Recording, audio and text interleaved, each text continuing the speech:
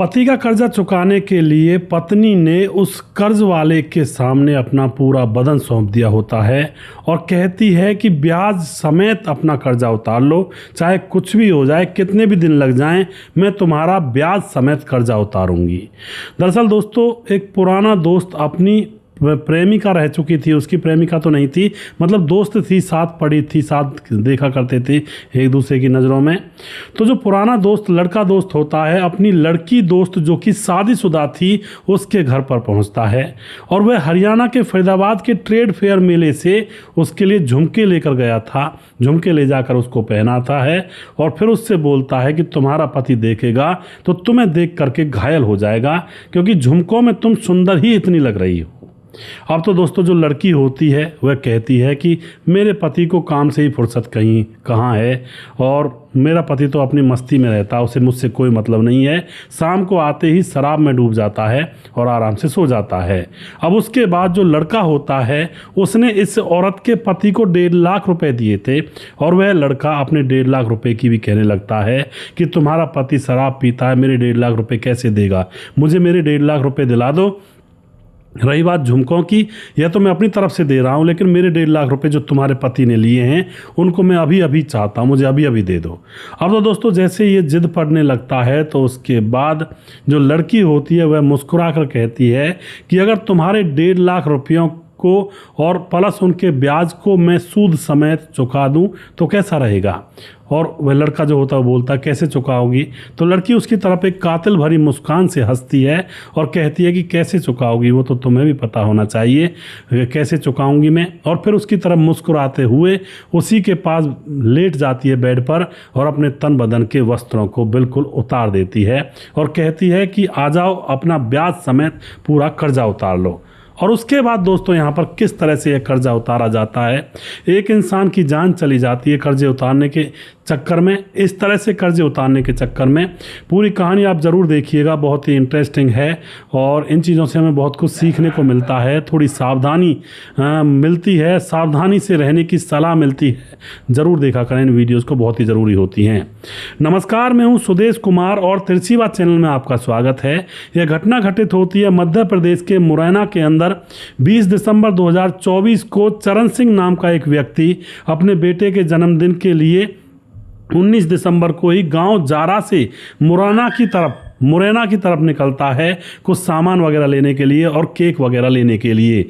अब घर से वह निकल तो गया था लेकिन शाम तक वापस नहीं आया। उसके बाद 4 दिन बीत जाते हैं लेकिन वह वापस नहीं आता है।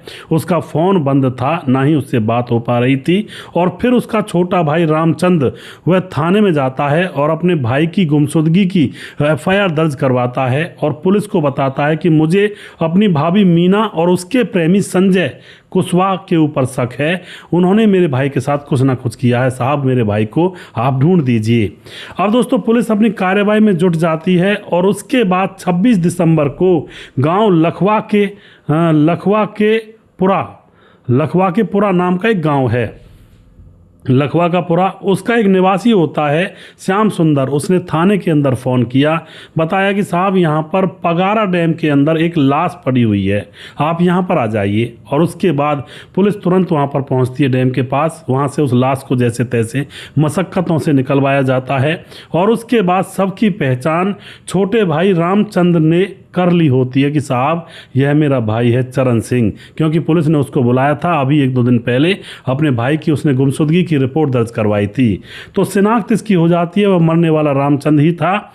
और उसके बाद दोस्तों, यहाँ पर जो पुलिस होती है, जैसा कि छोटे भाई ने शक जताया था अपने बड़े भाई की पत्नी पर और उसके प्रेमी संजय पर, तो पुलिस उसकी पत्नी और संजय को गिरफ्तार करती है। उनको पकड़कर अच्छी तरह से ठोका पीटा जाता है। तो संजय से जब अलग कोठरी में जाकर पूछताछ की जाती है तो संजय बताता है कि साहब मैंने ही हत्या की है, मगर चरण सिंह की पत्नी मीना के कहने पर मैंने हत्या की है। उसके बाद मीना को भी पकड़ लिया गया था। तो मीना से भी पूछताछ की जाती है, तुमने ये क्या किया। तो उसके बाद जो यहाँ पर राज खुलता है, पूरी कहानी को आप सुनोगे तो बड़ी ही इंटरेस्टिंग कहानी है दोस्तों। अब इससे आगे ये क्या बताते हैं कि आखिर हमने क्यों मारा उसको, तो पूरी डिटेल में बताऊंगा।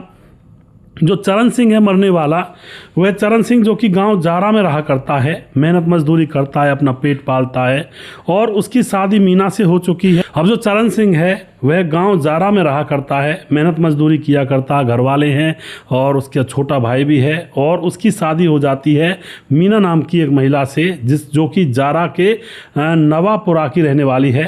शादी होने के बाद दोनों ही बहुत खुश होते हैं और मीना ने सभी घर वालों का विश्वास जीत लिया था। हर काम को टाइम पर किया करती, सबसे हंसकर मुस्कुराकर बातचीत किया करती।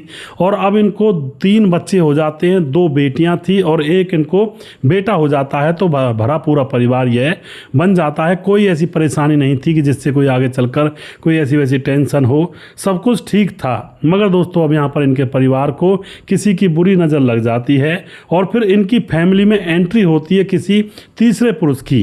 तो किस तरह से होता है दोस्तों, चरण सिंह जो होता है उसने प्लॉट खरीदा था। प्लॉट खरीदने के लिए उसको 1.5 लाख रुपए कम पड़ रहे थे, तो 1.5 लाख की कमी पूरी करने के लिए इधर उधर भी मांगता है, लेकिन पहले ही काफ़ी लोगों से वह और भी पैसे ले चुका था। उसको प्लॉट ज़रूरी लेना था क्योंकि वह उसके किसी फ़ायदे में आ रहा था, उसको खरीद कर डालना था। अब तो वह 1.5 लाख रुपयों के लिए इधर उधर मशक्क़त करता, लेकिन अभी जुगाड़ नहीं बन रहा था। तो उसकी जो पत्नी होती है मीना, वह कहती है 1.5 लाख रुपए तुम्हें चाहिए तो मैं चलो बात करती हूँ, मेरा एक दोस्त है पुराना और उसका नाम है संजय। और फिर संजय के पास वह फ़ोन करती है और संजय जिसके साथ वह पढ़ी थी और इसके साथ वह घूम भी लिया करती थी, तो संजय से कहती है फ़ोन करके, संजय मुझे 1.5 लाख रुपए की ज़रूरत है, क्या तुम दे पाओगे? संजय उधर से कहता है कि क्या काम है? वह कहती है हमें कुछ काम है। तो संजय शाम को कहता है मैं शाम को तुम्हारे घर ही आ रहा हूँ। और उसके बाद संजय 1.5 लाख रुपए अपने जेब में या किसी बैग में रख करके वहाँ पर पहुँच जाता है। वहाँ पर आने के बाद फिर से पूछता है क्या काम है, तो वह बताते हैं कि मेरे पति को चाहिए 1.5 लाख रुपये की कसर बाकी है प्रॉपर्टी खरीदने के लिए और तुम दे दो। लेकिन वह कहता है कि देखो मैं 1.5 लाख रुपये दे तो दूंगा मगर टाइम पर देने होंगे, क्योंकि मैं ज़्यादा अमीर नहीं हूँ, मेरे पास 2-2.5 लाख रुपए ही है सारा कुछ और 1.5 लाख रुपए मेरी बहुत बड़ी रकम चली जाएगी। तो अब यहाँ पर डॉक्यूमेंटेशन करता है, कागजात वगैरह स्टैम्प वगैरह पर जो भी कुछ दस्तखत या फिर जो भी लिखवाना होता है वो लिखवा लेता है। और फिर दोस्तों अब 1.5 लाख रुपए संजय इन दोनों पति पत्नी को दे देता है। मगर वह ज़मीन का सौदा अभी हो नहीं रहा था, तो पैसे अभी घर में रखे थे। लेकिन जो संजय था वह तो दे चुका था पैसे, उसको इन चीज़ों से क्या मतलब। अब क्या होता है, संजय ने जैसे 1.5 लाख रुपए दिए थे और अपनी दोस्त जो कि बहुत पुरानी दोस्त थी उसके घर का पता लग चुका था, तो अब संजय इनके घर पर आने लगता है। और संजय इनके घर पर आकर बोलता है, मीना से एक दिन की बात है, वह बोलता है कि तुम्हारे पति तो तुम्हारी परवाह ही नहीं करते, मैं देखता हूँ वो तुम्हारे तरफ ध्यान ही नहीं देते हैं मीना। लेकिन मीना हंसकर कहती है अरे पागल, तुम्हें क्या पता, क्यों नहीं करते, खूब करते हैं। किसी दिन जब तुम्हारे ऊपर जिम्मेवारी आएंगी, जब तुम्हारी शादी होगी, तब तुम्हें पता चलेगा कि जिम्मेवारी एक पुरुष के ऊपर क्या होती है। अभी तो तुम्हें अपना पेट भरना होता है और माँ बाप से कुछ लेना देना नहीं होता, और तुम्हें क्या पता क्या होती है पति पत्नी की जिम्मेवारी। और उसके बाद दोस्तों ये बात आई गई हो जाती है। इसी तरह से अब ये संजय इनके घर पर आने लगता है, आकर बैठ जाया करता है। जब खाना बन रहा होता तो खाना खा लिया करता, चाय बन रही हो तो चाय पी लिया करता। इस तरह से अब तक तो वह चरण सिंह के सामने आया करता था, लेकिन अब चरण सिंह जब सुबह सुबह मजदूरी के लिए निकल जाया करता तो उसके बाद संजय इनके घर पर आने लगता है। और गाँव के लोगों की नज़र होती है दोस्तों बहुत पैनी, CCTV से भी तेज़ होती है। अब उसके बाद एक दिन की बात है, संजय इनके घर पर गया हुआ था बाइक लेकर के, बाइक वहीं पर खड़ी थी। तो अब जो लड़की होती है मीना, यह कहती है संजय तुम्हें यहीं पर रुकना है तो रुक जाओ, नहीं तो जाओ और मैं बाजार से कुछ सामान लेकर आना है, सब्जी वब्जी और राशन वगैरह घर का। तो अब संजय कहता है अरे फिर मीना क्या दिक्कत है, मैं तुम्हें दिलवा लाता हूँ ना, मेरी बाइक है। और उसके बाद बाइक पर बिठाता है उस मीना को और बाजार में ले जा करके सारी चीज़ों का मोल भाव करके अच्छे से उसकी शॉपिंग करवा देता है। शॉपिंग क्या, सब्जी वगैरह खरीदनी थी उसको और कुछ चाय चीनी दाल चावल ऐसा सामान खरीदना था। तो अब जो मीना होती है उसके मन में कहीं ना कहीं बुलबुले फुदकने लगते हैं। वह कहती है अरे संजय, जैसे तुम मुझे यहाँ पर घुमाने के लिए बाइक से ले आए ना खुल्लम खुल्ला होकर के, मेरा पति तो आज तक 10 साल हो गए हैं शादी के, आज तक घुमाने के लिए यहाँ पर नहीं लाया या फिर मेरे साथ किसी काम के लिए बाइक लेकर नहीं निकलता है। मुझे तो बड़ी खुशी हुई, मैं इस तरह से तुम्हारे साथ आई हूँ। यानी कि उसको अंतर मन में अब संजय अच्छा लगने लगा था। अब उसके बाद दोस्तों यहाँ पर क्या होता है, अब धीरे धीरे फिर से वह आने लगता है। और फिर जैसा कि मैंने आपको स्टार्टिंग में बताया था, हरियाणा के फरीदाबाद के अंदर ट्रेड फेयर लगता है, वहाँ पर बहुत अच्छी अच्छी चीज़ें मिलती हैं। तो वहाँ हरियाणा के फरीदाबाद के अंदर से ट्रेड फेयर में से वो झुमके लेकर जाता है। हरियाणा की पहचान होती है औरतों की झुमका। और उसके बाद झुमका ले जा करके उस मीना को गिफ्ट देता है और कहता है कि संजय कहता है कि देखो पहन कर देखो। वह पहन लेती है और फिर संजय कहता, तारीफ करता है कि बहुत सुंदर लग रही हो, तुम्हारा पति चरण सिंह देखेगा तो बस तुम्हारे ऊपर फिदा हो जाएगा। लेकिन यह कहती है कि मेरे पति को फुर्सत कहाँ, दिन भर काम पर रहता है, शाम को आकर शराब पीकर सो जाता है, उसे तो मेरी चिंता ही नहीं है। अब उसके बाद दोस्तों यह बात सुन करके अब जो यह संजय होता है यह कहता है कि उनकी कमी मैं पूरी कर दूं क्या। लेकिन दोस्तों यहाँ पर वह चुप लगा जाता है और उसके बाद अपने पैसे मांगने लगता है कि मेरे पैसे दिलवा दो अपने पति से, मुझे भी विश्वास नहीं हो रहा वह मेरे पैसे देगा या नहीं देगा। मेरे पास ज़्यादा पैसे नहीं है, वो 1.5 लाख रुपए थे कुछ और अकाउंट में, उसके बाद मुझे पैसे नहीं है मेरे पास। तो अब जो पत्नी होती है, जो ये मीना होती है, उसकी तरफ मुस्कुराती है और फिर जो संजय होता है वह बोलता है कि मुझे तुम्हारे पति से पैसे लेने हैं किसी भी हालत में, और वो पैसे मुझे चाहिए, मेरे पैसे, टाइम हो गया है, जितने दिन के लिए लिए थे वो टाइम पूरा हो गया है। अब क्या होता है दोस्तों, मीना बोलती है, मीना क्या बोलती है, मीना कहती है उससे कि संजय तुम गुस्सा मत हो, पैसे तुम्हें मिल जाएंगे, और ऐसा करना आज रात मेरे पति मेरे घर पर नहीं है और तुम मेरे घर पर आ जाना और मैं तुम्हारा पूरा हिसाब चुकता कर दूंगी। और उसके बाद संजय जो होता है वह मन ही मन समझ चुका था कि मामला आगे बढ़ चुका है, बस हथौड़ा मारने की देरी है। शाम होते होते वह नहा धोकर सो जाता है, उसको मतलब दोपहरी में नींद भी नहीं आती है, शाम का इंतजार कर रहा था। तभी जैसे शाम होती है तो शाम को 7:30 बजे नहा धो करके बाइक लेकर के वह निकल जाता है मीना के घर। वहाँ ले जा करके बाइक को उसके घर के अंदर ही खड़ा कर लेता है चुपचाप, और जल्दी दरवाज़ा खुलवाता है जिससे कोई देख ना ले। और उसके बाद दोस्तों वह उसके घर में घुस जाता है, अंदर से कुंडी लगा दी जाती है। मीना उसको अपने बेडरूम में ले जाती है कि आ जाओ अंदर, आ जाओ अंदर पैसे रखे हैं। अंदर ले जा करके उसको बेड पर बिठाती है और फिर उसके मतलब उसके ऊपर प्यार लुटाने लगती है। संजय कहता है ये क्या कर रही हो, पैसे दे दो।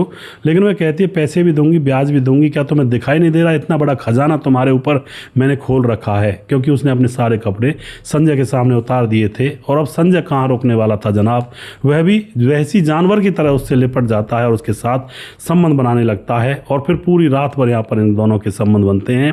और सुबह उठ करके जो वह लड़की होती है मीना, वह कहती है कैसा रहा तुम्हारा ब्याज, ये तो ब्याज था, अभी और भी ब्याज दे दूंगी मैं, इस तरह से तो देती रहूंगी ब्याज तुम्हें।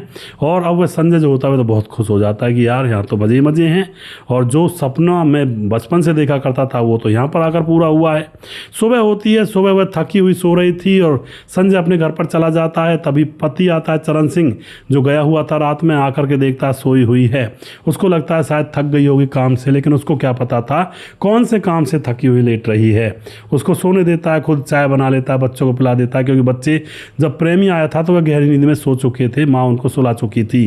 अब तो दोस्तों यहाँ पर यह मामला बार बार होने लगता है और वह बताती है कि जो पत्नी होती है, जो संजय है, वह अपना पैसा मांगने के लिए आया था और चरण सिंह कहता है कि अभी कैसे दे दूं, अभी वो डील फाइनल तो हुई नहीं है, पैसे तो घर में ही रखे हैं अभी, और अभी कैसे दे दूं इसको समझाओ थोड़ा सा, तुम्हारा दोस्त है, थोड़ा समझा लो इसको कि अभी पैसे हमारे पास सेफ रखे हैं, अभी हमारा काम ही नहीं हुआ, पैसे इसके दिए हुए घर पर रखे हैं, अब इसको उल्टे कहाँ से दें, अभी काम करवाना बाकी है। तो इस तरह की बातें पति पत्नी में होती हैं। अब यह सिलसिला रोज़ रोज़ का जैसे हो रहा था, संजय आता और यहाँ पर अपना ब्याज लेकर चला जाया करता। तो अड़ोस पड़ोस के लोग तो दोस्तों सीसीटीवी कैमरे से भी ज़्यादा तेज़ होते हैं, सारे लोग देख रहे होते हैं, बुजुर्ग देख रहा होता है एक पड़ोस का। अब एक दिन एक बुजुर्ग जो पड़ोस का होता है चरण सिंह को बता देता है कि संजय तुम्हारे जाने के बाद तुम्हारे घर में आता है और एक तो अब जैसे पति चरण सिंह को पड़ोसी बता देता है तो पति के मन में शक दौड़ जाता है और अपनी पत्नी से जाकर पूछता है संजय क्या करने आता है यहाँ पर। तो पत्नी कहती है वैसे कभी कभार आ जाता है, लोग तो उड़ाते हैं, आप किन की बातों में आ गए, लोग किसी का घर अच्छे से बस जाए ऐसा सोचते ही नहीं हैं। अब दोस्तों यहाँ पर चरण सिंह मान तो जाता है अपनी पत्नी की बात को, लेकिन उसके मन में एक शक दौड़ जाता है कि भाई ये दोनों पहले से दोस्त हैं, कहीं इनका गलत संबंध चल तो नहीं रहा है। अब वह निगाह रखने लगता है और उसके बाद दोस्तों जो पत्नी होती है अपने दोस्त संजय को 2 हफ्तों के लिए रोक देती है। वह कहती है मेरे पति को शक हो गया है, तुम अब यहाँ पर आ मत जाना। और उसके बाद 2 हफ्ता जब गुजर जाते हैं तो अब जो पति होता है वह थोड़ा रिलैक्स हो जाता है कि पड़ोसी ऐसे ही चला रहे होते हैं और कुछ नहीं है। और उसके बाद जो पति होता है वह मथुरा जा रहा होता है, उसको काम था मथुरा के लिए। मथुरा के लिए निकलता है तो पत्नी अब तुरंत अपने प्रेमी संजय को बुला लेती है कि आ जाओ, आज हवस का खेल अच्छी तरह से खेलेंगे, तूफान भरा पड़ा है, इसको आज अच्छी तरह से निकालेंगे। संजय वहाँ पर पहुँच जाता है। वहाँ पर पहुँचते ही पड़ोसी ने देख लिया होता है कि भाई देखो अभी अभी यहाँ से चरण सिंह गया है और पीछे से संजय घर में आ गया है। और उसके बाद कोई स्टेशन पर जाता है, उसको भी कुछ काम था और वहाँ जाकर उसको चरण सिंह मिल जाता है। चरण सिंह को वह बता देता है कि तुम तो यहाँ पर आ गए हो, तुम्हारी पत्नी ने अपने प्रेमी संजय को बुला लिया है। गाँव वाले तरह की बातें करने लगे थे। उसके बाद यह स्टेशन को छोड़ करके सीधा चरण सिंह अपने घर आता है। वापस आकर देखता है, इनको रंगे हाथों पकड़ लेता है और उसके बाद संजय तो वहाँ से फरार हो जाता है, लेकिन यह अपनी पत्नी की पिटाई अच्छी तरीके से कर देता है और पत्नी हाथ जोड़कर इससे माफ़ी मांग रही होती है, मुझे माफ़ कर दो, मुझे माफ़ कर दो। और उसके बाद ये करे भी तो करे क्या, बच्चों को भी पालना है, अब जाए तो जाए कहाँ। उसके बाद चुप लगा जाता है, लेकिन पत्नी के ऊपर से इसका पूरा भरोसा उठ चुका था। अब जो मीना होती है वह पति की प्रॉपर्टी भी उसको चाहिए, उसको भी नहीं छोड़ना चाहती है और वह संजय को भी नहीं छोड़ना चाहती है। अब वह पति को मना तो लेती है मुझसे गलती हो गई, लेकिन अंतर मन में जो तूफान उसके उठ रहा था उसको कौन रोके भला। तो अब यह मायके चली जाती है। मायके जाने के बाद वहाँ पर संजय को बुलाने लगती है, तो वहाँ पर भी गांव में लोगों को पता लग जाता है कि ये लड़की कैसी है। अब उसके बाद दोस्तों यहाँ पर संजय से बोलती है कि चलो भाग चलते हैं, मैं बहुत दुखी हो गई हूँ। पर संजय कहता है खाएंगे क्या, हमारे पास है तो कुछ है ही नहीं, मजदूरी करनी पड़ेगी, ईंट ढोनी पड़ेंगी, क्या करना है इसी ज़िंदगी का। तो अब वह मना कर देता है। अब एक दिन की बात होती है, मीना को मतलब फ़ोन पर बातें करते हुए उसका पति पकड़ लेता है चरण सिंह। और जब ये फ़ोन पर बातें कर रहे थे वह नंबर देखता है तो चरण सिंह को इतना गुस्सा आता है, मीना के ऊपर थप्पड़ों से पिटाई लगा देता है और उसके फ़ोन को तोड़ देता है। अब जैसे फ़ोन तोड़ा जाता है तो मीना बौखला जाती है, क्योंकि अब तक थप्पड़ लग रहे थे उससे कोई फ़र्क नहीं पड़ रहा था, लेकिन फ़ोन जिसमें वह बातचीत किया करती थी अब उसके टूटने पर उसको बहुत दर्द होता है। और फिर वह पड़ोस की सहेली के घर पर जाती है और उसके फ़ोन से प्रेमी संजय पर फ़ोन करती है और कहती है कि मैं रोज़ मार नहीं खा सकती तुम्हारे लिए, अगर तुम्हें मेरे लिए कुछ करना है तो मेरे पति को रास्ते से हटा दो। गुस्से में उसने कह दिया था, लेकिन उधर से जो प्रेमी संजय होता है वह थोड़ा बौखला जाता है कि ऐसे कैसे हो सकता है। लेकिन वो कहती है कि मेरे पास वह 1.5 लाख रुपए रखे हुए हैं और उनको मैं तुम्हें दे दूंगी, क्योंकि संजय कह रहा था कि रास्ते से हटाने के लिए कुछ खर्चा पानी भी चाहिए होगा। तो वह कहती है 1.5 लाख रुपए मैं दे दूंगी, वो भी रखे हुए हैं घर पर मेरे पति को मार दो। अब उसके बाद दोस्तों यहाँ पर वह यह भी कहती है कि देखो तुम तंगी में हो, मेरे पति के मरने के बाद मेरे पति की सारी ज़मीन प्रॉपर्टी मेरे नाम आएगी और मैं तुमसे शादी कर लूँगी तो प्रॉपर्टी तुम्हारी हो जाएगी, चिंता की क्या बात है। अब तो यह बात संजय के मन में बैठ जाती है कि यहाँ तो प्रॉपर्टी भी मिल रही है और प्रेमिका भी मिल रही है, तो क्यों ना हम इस काम को अंजाम दे दें। और फिर इनकी साजिश होती है। साजिश के तहत पति से प्यार से रहने के लिए वह बोलता है संजय। तो अब यहाँ पर यह पत्नी मीना अपने पति से प्यार से रहने लगती है, तो पति को लगता है कि शायद उसकी पत्नी सुधर गई है। कई हफ्तों तक प्यार से रहती है और अब जो पति होता है बिल्कुल उसके ऊपर से निगाह हटा लेता है कि ये सही है, अड़ोसी पड़ोसी इन्होंने कहा था, मैंने इसको पकड़ भी लिया, लेकिन चलो गलती हो गई, इससे कोई बात नहीं, इस तरह से माफ़ कर देता है। अब आती है तारीख 19 दिसंबर। 19 दिसंबर को चरण सिंह मुरैना जाता है अपने बेटे के जन्मदिन के लिए केक और कुछ सामान लेने के लिए, क्योंकि 20 दिसंबर को उसके बेटे का जन्मदिन था। तो 19 दिसंबर को यह जाता है तो रास्ते में रेलवे स्टेशन पर इसको संजय मिल जाता है, क्योंकि इन्होंने प्लानिंग कर ली थी कि इसको निपटाना है। तो प्लानिंग के तहत संजय पहले रेलवे स्टेशन पर पहुंच जाता है। जैसे ही यहाँ से यह घर से निकलता है तो इसकी जो पत्नी है मीना, वो अपनी प्रेमी को बता देती है कि वो रेलवे स्टेशन पर गया है। तो संजय वहाँ पर पहुँच जाता है और वहाँ पर जाने के बाद इसके पाँव पकड़ लेता है चरण सिंह के कि भाई साहब मुझे माफ़ कर दो, मैं औरत के चक्कर में आकर बहक गया था, आज के बाद ऐसा कांड नहीं होगा। और तुमने देखा भी होगा हफ्तों से मैं कोई किसी से फ़ोन नहीं कर रहा हूँ और ना ही मैं किसी से बात कर रहा हूँ, मुझे माफ़ कर दो बस एक बार। अब तो उसको गिड़गिड़ाने को देख करके चरण सिंह उससे कह देता है ठीक है माफ़ किया, लेकिन वह कहता है संजय कि नहीं, ऐसे मैं माफ़ी नहीं समझूंगा, आपको मेरे साथ पार्टी करनी होगी, शराब वगैरह की पार्टी करेंगे, थोड़ा मूड फ्रेश हो जाएगा और तब मैं मानूंगा तुमने मुझे माफ़ कर दिया। अब तो चरण सिंह जो कि शराब का आदी था, ड्यूटी से आकर शराब पिया करता था, उसको लगता है कि चलो एंजॉयमेंट लिया जाए और उसके साथ संजय के साथ बाइक पर बैठ जाता है और बाइक पर बैठा करके डैम पर उसको ले जाता है। डैम पर बैठे बैठे दोनों शराब पी रहे थे और जैसे ही चरण सिंह को नशा होता है, उधर जो उसका दोस्त मतलब जो संजय था वह अब उससे अपने पैसे मांगने लगता है 1.5 लाख रुपए और धक्का पेल करने लगता है। चरण सिंह समझ जाता है कि मुझे यहाँ पर धोखे से बुलाया गया है और फिर इन दोनों की लड़ाई होती है और लड़ाई में चरण सिंह ने ज़्यादा शराब पी हुई थी तो संजय इसके ऊपर हावी हो जाता है और फिर लड़ते झगड़ते जैसे ये घायल हो जाता है तो इसको उठाकर चरण सिंह को संजय बांध में फेंक देता है और उसके बाद बड़ा खुश होता है, अपनी प्रेमिका से फ़ोन करता है कि काम हो गया है, अब हमारा रास्ता साफ है, अब हमारे आगे कोई नहीं आएगा, हम आराम से मज़े से रहेंगे। पत्नी भी बड़ी खुश होती है दोस्तों, मगर दोस्तों कानून के हाथ बहुत लंबे होते हैं और इनको पकड़ लिया जाता है। अब ये साथ तो रहेंगे मगर अलग अलग कोठरियों में साथ रहेंगे। इस तरह से इन्होंने अपनी ज़िंदगी को झंड बना लिया और एक इंसान की यहाँ पर जान चली जाती है। ऐसे ऐसे लोग भी हैं दोस्तों जिनको कोई मतलब नहीं होता है और ना आगे की सोचते हैं ना पीछे की, ना ये सोचते हैं कि भाई कानून से आज तक कोई नहीं बचा है। कहीं ना कहीं खुलासा ज़रूर होता है, आज नहीं कल, कल नहीं परसों, पता ज़रूर लगता है इन गंदे कर्मों का और फिर पकड़े जाते हैं लोग और उसके बाद भी लोग सुधरने का नाम नहीं लेते। अभी भी बहुत सारे ऐसे केस चले हुए हैं जिनमें लोग ऐसा ही कांड कर रहे हैं, प्रेमियों के साथ मिलकर पत्नियां अपने पतियों को मरवा देती हैं और बहुत सारे केस आपको सुनने को भी मिलते होंगे। तो वीडियो के लास्ट में कुछ भाइयों के नाम ज़रूर लेना चाहूँगा और दोस्तों एक सीख यहाँ पर ये देना चाहूँगा कि जैसे पत्नी का प्यार कम होता है जीवन में तो समझ लेना चाहिए कोई ना कोई उसकी ज़िंदगी में और आ चुका है और वह कहीं और बैट बॉल खेल रही है, क्योंकि पत्नी का प्यार कम तभी होता है जब उसको कहीं और से ज़्यादा प्यार मिलने लगता है तो अपने पति से मतलब रखना बहुत कम कर देती है। हर बात पर चिढ़ती है, हर बात पर उसे ताने मारती है, उससे दूर दूर सी रहने लगती है क्योंकि फ़िलहाल वह दूसरे होटलों की सब्जी खा रही होती है, उसको घर की दाल पूड़ी सही नहीं लग रही होती हैं। तो दोस्तों वीडियो के लास्ट में कुछ भाइयों के नाम जरूर लेना चाहूँगा। समाधान पाटिल, भाई साहब तुम दोनों भाइयों ने लोगों को बहुत जागरूक किया है, बहुत बहुत धन्यवाद समाधान पाटिल जलगांव महाराज से, बहुत बहुत धन्यवाद करते हैं समाधान भाई आपका भी। मुकेश कुमार यूपी 83 से कमेंट करते हैं, प्रवीण बघेल शिवपुरी से कमेंट करते हैं, जय श्री राम। धीरज बनवाल कमेंट करते हैं, बहुत बुरा समय आ गया है और सावधान रहने की ज़रूरत है। जी बिल्कुल धीरज भाई, बहुत बुरा समय फिलहाल चला हुआ है, कलयुग का कलिकाल। विनय शुक्ला कमेंट करते हैं, हर हर महादेव। अमीर उद्दीन कमेंट करते हैं, स्वपन डे कमेंट करते हैं, वजीर खान हैं और राजू गाडरी कमेंट करते हैं, विनय शुक्ला कमेंट करते हैं। उसके बाद मुनमुन श्रीवास्तव जी कमेंट करते हैं कि इतनी अच्छी कहानी आप सुनाते हो, समझाते हो, फिर भी आजकल के बच्चे कुछ नहीं समझना चाहते, अपनी ज़िंदगी बर्बाद कर लेते हैं पढ़ाई लिखाई के चक्कर में। जय श्री राम, लीला Gopalganj Bihar 28 ward number 23। Munmun Srivastava ji comment करते हैं, बहुत बहुत धन्यवाद करते हैं जी आपका। और बिल्कुल सही बात कही है आपने, आजकल सीखते बहुत कम हैं, हालांकि सिखाने की कोशिश कोई कितना भी कर ले लेकिन बहुत कम सीखते हैं लोग। देवेंद्र कुमार कमेंट करते हैं, कुछ लोग वासना के चक्कर में